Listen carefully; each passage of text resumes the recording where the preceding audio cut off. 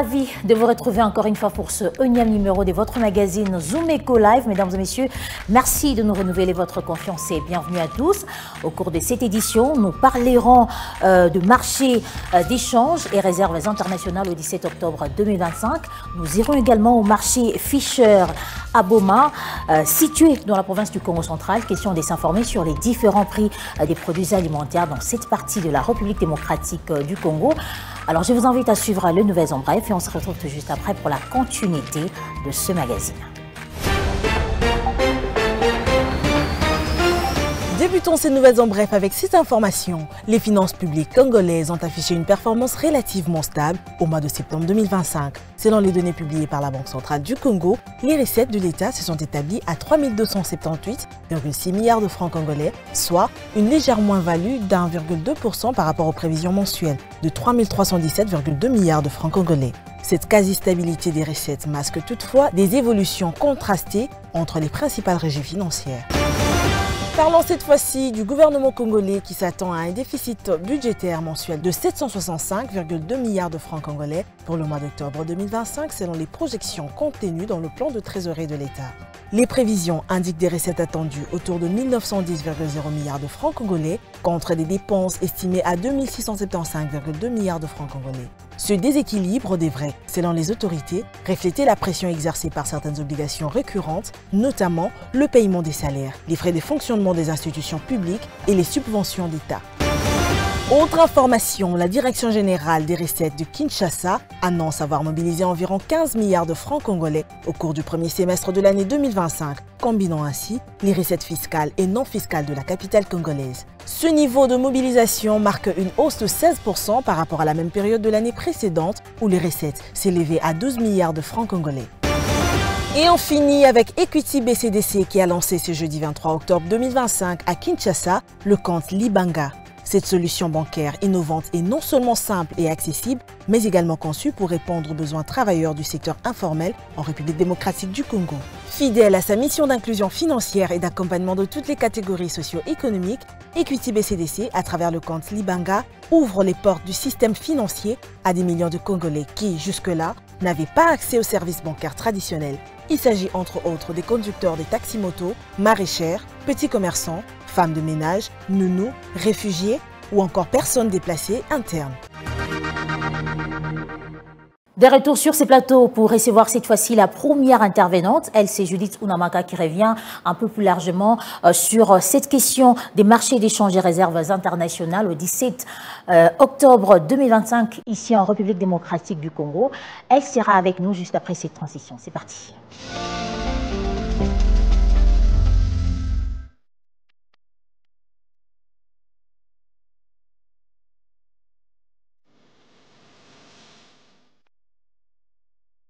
Judith Unamaka, bienvenue. Merci. Tout d'abord, on va aborder la question sur le taux d'échange.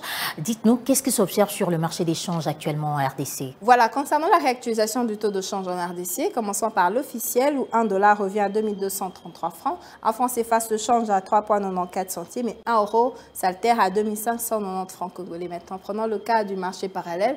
Nous sommes focalisés particulièrement à Kaouka et dans ce lieu, 1 dollar revient à 2200 francs. Un franc CFA se change à 3,00 centimes et 1 euro se négocie à 2200 francs congolais. Judith Unamaka, quel a été le niveau de la monnaie nationale en République démocratique du Congo au 17 octobre 2025 et quels sont les facteurs de cette appréciation du franc congolais? Concernant l'évolution du niveau du marché de change au 17 octobre 2025, on note que le taux de change s'est établi à 2129,95 $ pour 1 dollar sur le marché interbancaire et à 2205,67 francs congolais sur le marché parallèle au courant de cette période. Et la monnaie nationale s'est appréciée à hauteur de 8,43% à l'indicatif et de 9,86% sur le marché parallèle. Ensuite, rapproché à fin décembre 2024, le franc congolais a donc connu une appréciation de 33,59% à l'interbancaire et 29,98% sur le marché parallèle au courant de cette période justement. Les facteurs explicatifs de cette évolution On note les effets de l'application du premier et deuxième palier relatif à l'actualisation du taux de change appliqué justement sur stock de la réserve obligatoire cristallisée à fin décembre 2021 a été donc les raisons principales de cette appréciation de la monnaie nationale. Alors pour chuter, que dire des réserves d'échange internationales au cours de la même période? Avant de parler des réserves internationales, notons tout d'abord un détail très important sur l'évolution mensuelle du franc congolais face au dollar. Il est ressorti depuis le début du mois d'octobre 2025 courant qu'il a été enregistré des fortes appréciations du franc congolais, traduit justement par le taux de 19,66% à l'indicatif et de 20,57% sur le marché parallèle. Et pour parler des réserves internationales au courant de cette période, c'est-à-dire au 17 octobre 2025, il a été situé à 7 668,92 millions de dollars américains, soit une couverture de 2,93 mois d'importation des biens et services sur fonds propres. Merci Judith pour toutes ces informations chiffrées. Je rappelle que vous étiez à la présentation des chiffres clés. Merci à vous, Juvette, c'était un plaisir.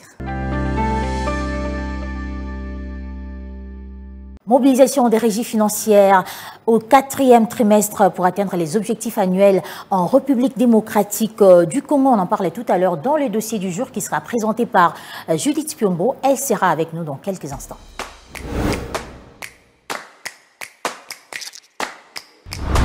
Judith Piombo, bienvenue. Merci Juvette. Avec vous, nous parlons de la mobilisation des régies financières au 4e trimestre pour atteindre les objectifs annuels. Alors la première question, quel est le montant qui devrait mobiliser les régies financières de la République démocratique du Congo à 3 mois de la clôture de l'exercice budgétaire 2025? Alors pour commencer, notez tout de même que les régies financières de la République démocratique du Congo font face à un défi de taille. Et concernant la mobilisation, elles devraient normalement mobiliser plus ou moins 9 000 milliards de francs congolais, soit un montant qui devrait permettre d'atteindre les objectifs annuels fixés par le budget de l'État. Alors selon les données issues par le plan de la trésorerie de l'État, à fin septembre 2025, les revenus hors dons se sont donc fixés à 21 499,0 milliards de francs congolais, soit un taux de mobilisation de 103,3% par rapport aux prévisions linéaires. Que traduit cette performance justement, Judith? Concernant cette performance, vous devez noter qu'elle traduit un dépassement d'objectifs à court terme, mais attention, puisqu'elle masque tout de même la disparité de la structure globale des recettes publiques. Alors, on va aussi parler d'un autre point concernant les régies financières encore. Bien sûr, il s'agit de la DGI, la DGA, la DGRAD et la DGDA, qui n'ont collecté à fin septembre que 70,1% des prévisions budgétaires de 30 647,9 milliards de francs congolais. Et il leur reste donc 8 900 milliards de francs congolais à mobiliser sur le dernier trimestre pour combler cet écart, permettant au pays de boucler l'année dans les clous budgétaires. Mais aussi, vous devez savoir que malgré cette dynamique qu'on peut qualifier de positive qui a été observée, sachez tout de même que la mobilisation des recettes internes, concernant cette mobilisation, la situation financière globale de l'État demeure quand même sous pression. Il a été observé qu'à la fin du 3e trimestre, le Trésor public affiche un déficit.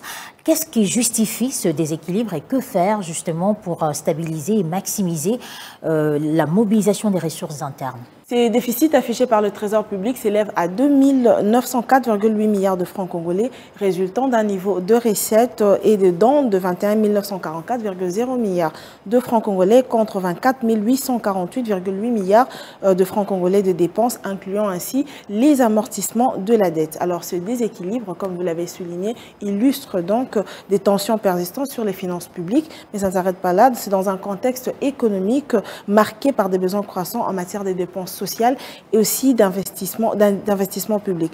Alors avant de finir, on va prendre ce point qui parle des régies financières qui devront donc redoubler d'efforts pour maximiser la mobilisation des ressources internes, qui est d'ailleurs gage de la soutenabilité budgétaire et la poursuite aussi des programmes prioritaires du gouvernement de la République démocratique du Congo. Merci Judith pour votre disponibilité et merci pour toutes ces informations. Merci de m'avoir reçu. Suivez-moi tout le jour à travers Zoom Wende sur Zoom Eco Live. Abonnez-vous sur notre chaîne YouTube. Zoom Eco Live, la référence de l'actualité économique en RDC. Mesdames et messieurs, ce magazine se poursuit. Faisons à présent un tour au marché Fischer à Boma. Nous sommes là dans la province du Congo central pour faire le constat sur les prix des produits alimentaires. Et ça sera avec Naomi Kandé dans le cadre de sa rubrique Zoom Wednesday. Regardez.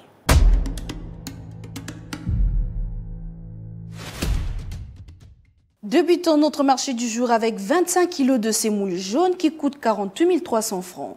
Toujours au marché de Fischer, un sac de sucre revient actuellement à 113 850 francs. Un sachet de sucre se vend au prix de 15 000 francs actuellement. Toujours au même endroit, 5 litres d'huile végétale varie entre 26 000 francs et 28 000 francs. Un bidon de 10 litres revient à 48 875 francs. Pour ceux qui souhaitent se procurer 20 litres d'huile végétale au marché Fischer dans la ville de Boma, cela revient au prix de 86 250 francs. 25 litres au prix de 108 100 francs. Terminons avec un sac de riz de la marque Lyon qui pèse 25 kg au prix de 46 575 francs au marché Fischer.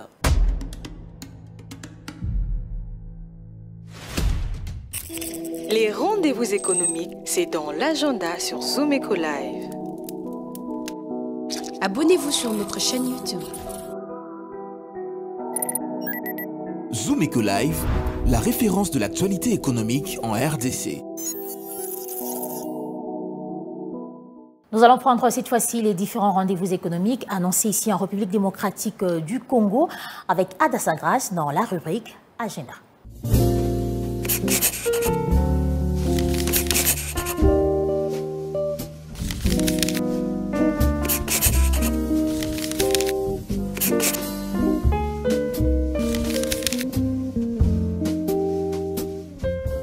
Bienvenue à l'agenda, voici les activités économiques.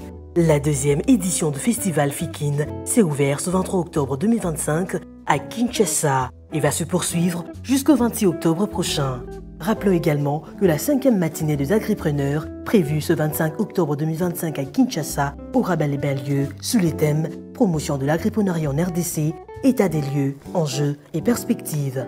Et pour finir, un rendez-vous à ne pas louper, Talc Ezer prépare à son tour l'inauguration solennelle de Campus Tour, le samedi 25 octobre prochain à l'hôtel Rotana, axé sur l'entrepreneuriat de jeunes Congolais, illusion ou réalité.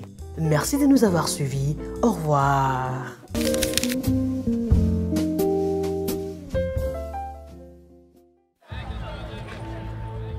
C'est art de se tirer d'affaire, de faire face à la crise, de bricoler, de trouver des solutions avec ce qu'on a sous la main. Un art dans lequel les Congolais ont développé un savoir-faire particulier. Article 15. Débrouillez-vous pour vivre. Pour ce numéro, Oscar Matezolo a accepté de nous parler de son histoire. Il est dans l'agriculture pastorale.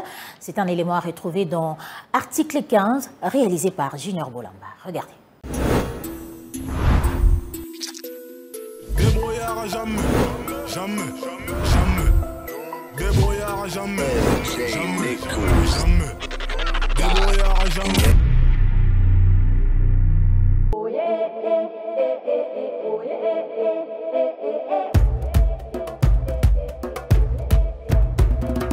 Je réponds au nom de Oscar Ntezolo Mbongo. Je suis agronome de formation. Nous produisons, nous fournissons les poussins, les porcelets, les géniteurs de bovidés, notamment les taureaux et les génisses. Mais nous sommes aussi dans la fabrication d'aliments pour bétail. Nous sommes à 25 ans de la production d'aliments pour bétail et la mise en commerce. Nous nous battons malgré les difficultés, malgré l'absence des appuis, mais nous continuons à faire.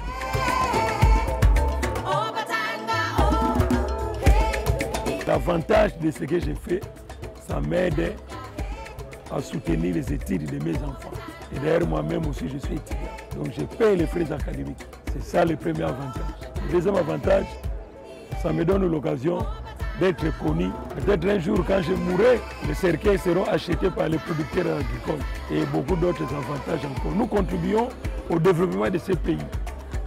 Sans nous, vous manquerez les œufs produits localement. Les désavantages ne manquent pas. Là où Dieu a donné les forces, Il y a toujours des faiblesses. J'ai tellement traumatisé les porcs pour les ramener ici et il a fini par me piquer. Mais heureusement, dans l'attaque jean, Namoni Mine et Koti Penate sont parmi les désavantages. Il y a eu aussi des producteurs agricoles qui sont morts par une mauvaise utilisation de la machette. Au lieu de taper sur l'arbre, ils se tapent sur les bras et ainsi de suite.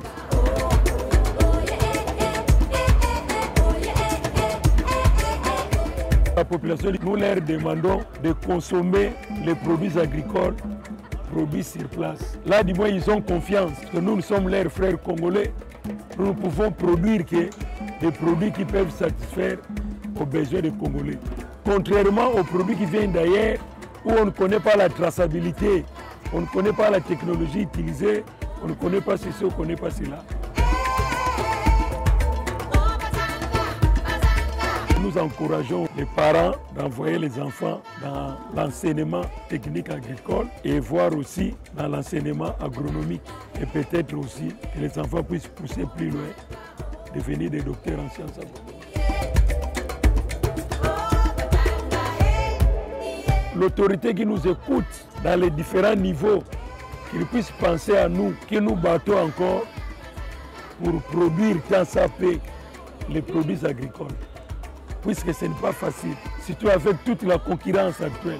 Le monde est devenu un village planétaire. Ce que nous produisons ici, ailleurs on le produit aussi. Mais il faut que le gouvernement puisse nous soutenir pour que nous puissions produire à des coûts bas, afin que nous puissions faire face aux produits qui viennent de l'extérieur ou encore de la région, c'est-à-dire des pays voisins.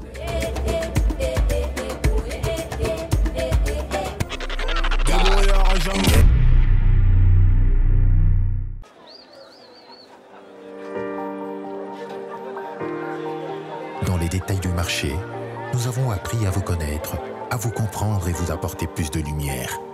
Désormais, avec vous, c'est parti pour un voyage de rêve vers une destination meilleure. Ensemble, découvrons le civisme fiscal et la bonne gouvernance dans la gestion de la Res Publica grâce au décryptage de l'actualité économique du pays avec des chiffres clés. Avec une équipe de professionnels, découvrez le quotidien des Congolais en exclusivité à travers des dossiers et analyses approfondies. Zoomeco TV, la référence de l'actualité économique en RDC. Et voilà, c'est la fin de ce magazine Zoomeco Live. Mesdames et messieurs, merci à vous de l'avoir suivi. On se retrouve prochainement. Au revoir.